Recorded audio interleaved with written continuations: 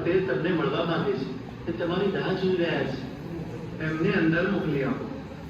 જી રાજા સાહેબ.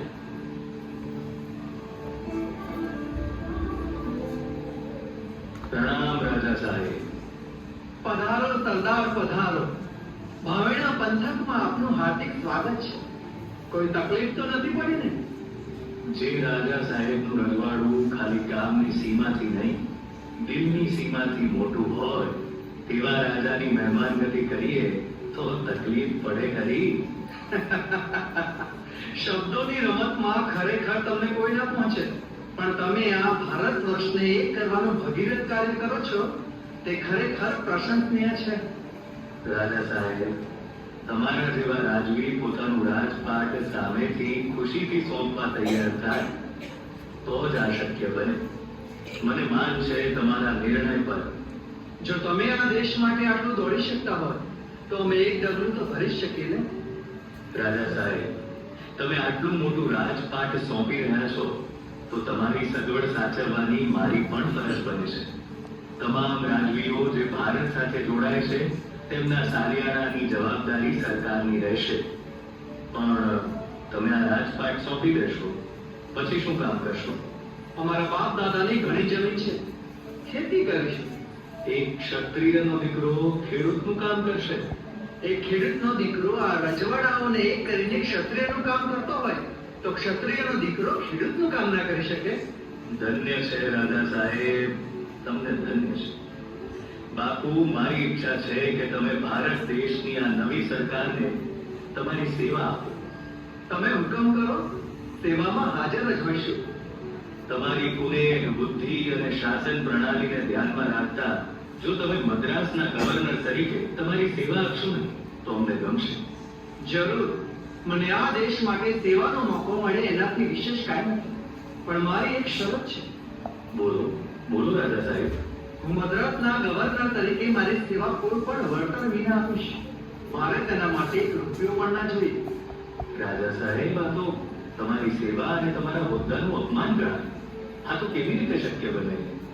સરદાર, જ્યાં મેવા મળવાના હોય ત્યાં સેવા કરીએ તેને સેવા કરી ના કહેવાય. છતાંય તમને એવું લાગતું હોય તો એક રૂપિયાના વળતરે હું આ સેવા આપીશ. બોલો, છે મંજૂર? તમારા જેવા કુશળ શાસકને અમે ખોવા નથી માંગતા. મંજૂર, મંજૂર. તમારી શરત મંજૂર.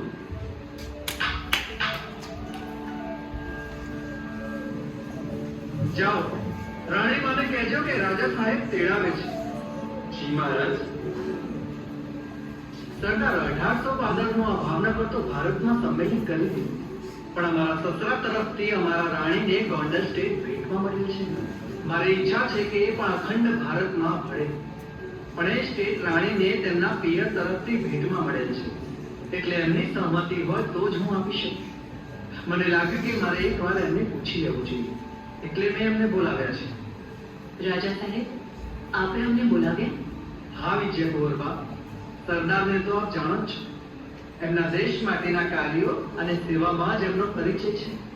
અત્યારે તેઓ દેશના બધા જ નાના મોટા રજવાડાઓને એક કરી અખંડ ભારતનું નિર્માણ કરી રહ્યા છે. આપ જાણો છો એમ આપણું ભાવનગર તો ભારત સાથે જોડાઈ ગયું છે. જોડાણ ખત પર અમારી સહી પણ થઈ ગઈ છે. પણ અમારો વિચાર હતો કે આપને આપના પિયર તરફથી ભેટમાં મળેલ ગોંડલ સ્ટેટ પણ ભારતમાં જોડી દઈએ તો? પણ જો તમારી સહમતિ હોય તો જ, કારણ કે એ તમારા પિતાએ તમને આપેલી ભેટ છે. માફ કરજો રાજા સાહેબ, પણ તમે આવા ભગીરથ કાર્ય માટે અમારી સહમતિ માંગીને અમને સાવ નાના કરી દીધા. આપણે આપણું ભાવનગર આપી દીધું તો પછી ગોંડલ માટે અમને પૂછવું પડ્યું? રાજા સાહેબ, કોઈને હાથી ભેટમાં આપીએ તો એના શણગાર સાથે જ અપાય. આપણા દેશ માટે આવા લાખો રજવાડા કુરબાન હોય. તમારે તો માત્ર જણાવવાનું હોય, પૂછવાનું નહીં. લાખ લાખ વંદન છે આપ જેવી નારી શક્તિને, અને ધન્ય છે આ ભારત ભૂમિ કે તેના માટે પોતાનું સર્વસ્વ આપી દેનાર માત્ર વીર પુરુષો જ નહીં, તમારા જેવી માતાઓ પણ છે.